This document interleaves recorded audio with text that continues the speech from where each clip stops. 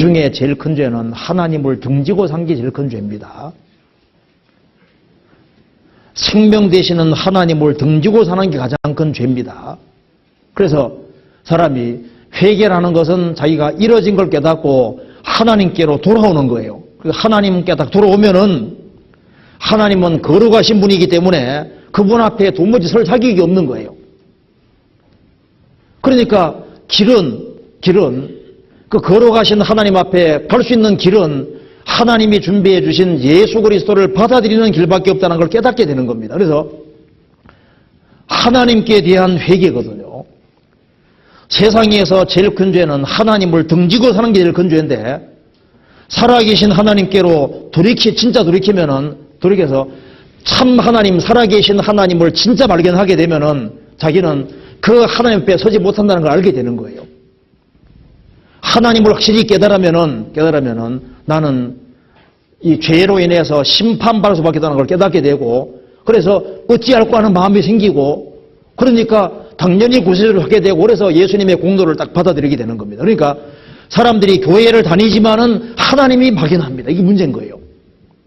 하나님을 믿는 것처럼 보이는데 성경이 하나님이 아니고 막연한 하나님이니까, 성경이 하나님을 딱 발견하면은 하나님 앞에 자기가 이뤄졌다는 게 명백한 거예요.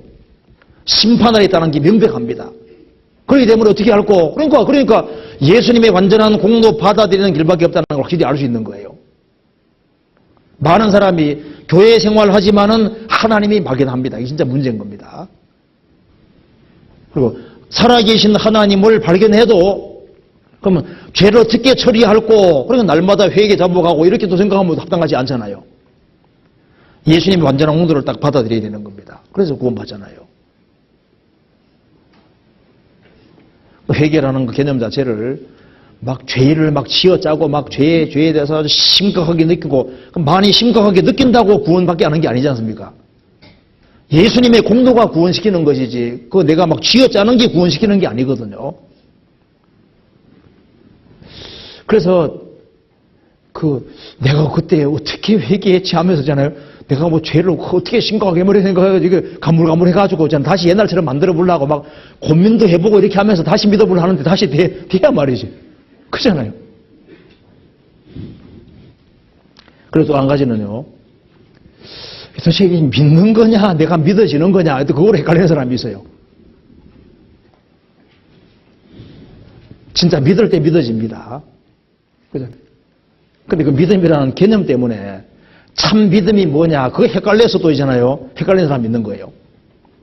내가 믿고 있는 것인지 안 믿는 것인지 헷갈려서 의심하는 사람도 있습니다. 그 믿음이라는 개념을 오해해서 그런 거예요.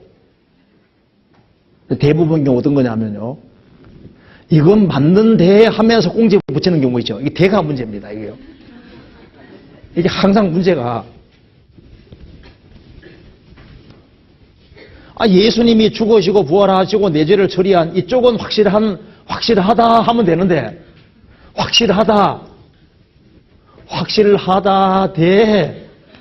확실한데 이 뒤에가 어쩌고저쩌고 이렇게 나가거든요. 그렇죠? 이건 확실한데 하면서 이제 나가는 거예요. 뒤에 꽁지 붙이는 겁니다. 그래서 이 뒤가 확실하면은 이건 확실한데, 이게 확실하면 된 건데, 이건 확실한데 하면서 뒤에다 하나 붙이거든요. 이것이 확실하게 되면은 내 구원도 확실하게 될 텐데, 이렇게 생각하는 사람이 있는 거예요. 그렇죠? 이쪽은 확실한데, 하면서 이렇게 뒤가 막 나가는 거예요. 그런 사람 있죠. 그러니까 믿음이라는 개념 자체가, 우리 이런 얘기를 하잖아요. 믿는다는 말 자체는, 믿는다는 원래 말 뜻은 맡긴다, 부탁한다, 의지한다, 기댄다 그런 뜻인 거예요. 그래서 믿는다 그 말은 부탁한다, 의지한다, 기댄다, 이 대상 쪽을 기대는 것이 믿음이거든요. 그러니까 이런 예를 들지 않습니까? 두 산 사이에 다리가 놓여 있는데, 이 다리는 얼마나 고물 다리인지 지나가면 다 떨어지는 다리입니다. 이쪽에서 아무리 믿습니다 하고 지나가도 이 다리가 잘못되어 있으니까 떨어질 수밖에 없잖아요. 그 믿음이라는 것은 자기가 기대이기 때문에 기대는 대상이 중요한 거예요. 대상이. 어디에 기대냐 이게 믿음인 겁니다.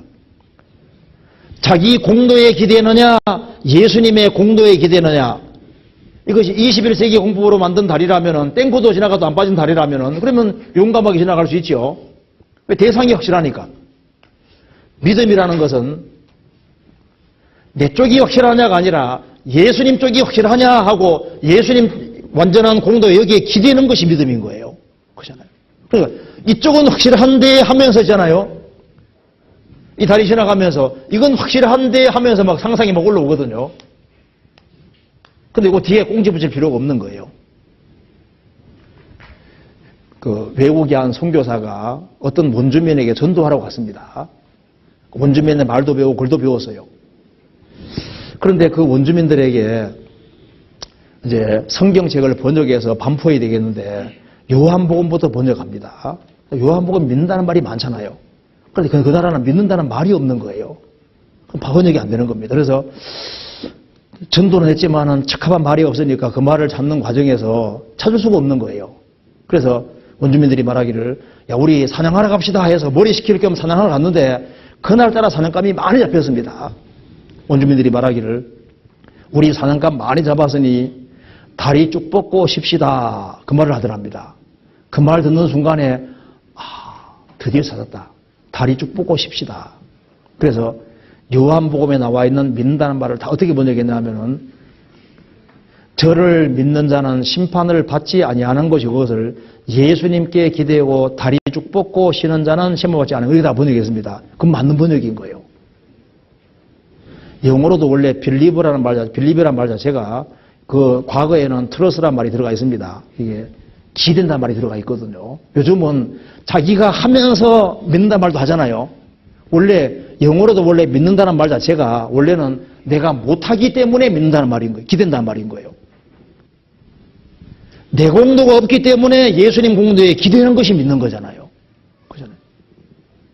믿는다는 말은 다 맡기고 다리 쭉 뻗고 쉬는 거예요. 내가 못하기 때문에 주님 완전한 공로에 기대는 겁니다.